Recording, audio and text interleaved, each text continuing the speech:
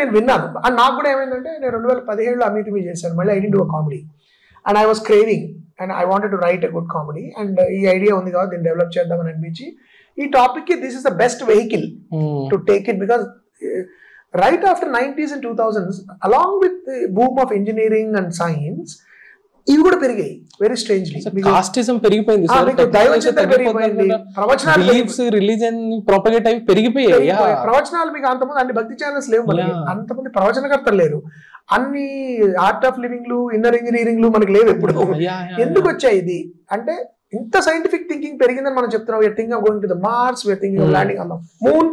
ఇవన్నీ జరుగుతుండగా why are we doing this అంటే ఏంటి, సైన్స్ ఆన్సర్ చేయలేని ప్రశ్నలు ఏమైనా ఇది చేస్తుందా, సైన్స్ ఇవ్వలేని కొన్ని రిలీఫ్లు, మనిషికి కావాల్సిన మానసిక ప్రశాంతత ఈ నమ్మకాలు ఇస్తున్నాయా, లేకపోతే సెల్ఫ్ బిలీఫ్ నమ్మకం ఇస్తుందా? ఈ కాంట్రడిక్షన్ అనేది నాకు ఎప్పుడు interesting contradiction in life also generally with people.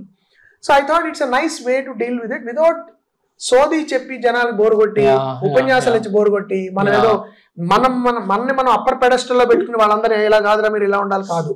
Like a buddy, like a friend sitting across the table having a chat like I'm having a chat with you. I want to have a conversation, a fun, comical conversation with an audience. Saying, hey man, it's nice to have a belief, but don't cross the line.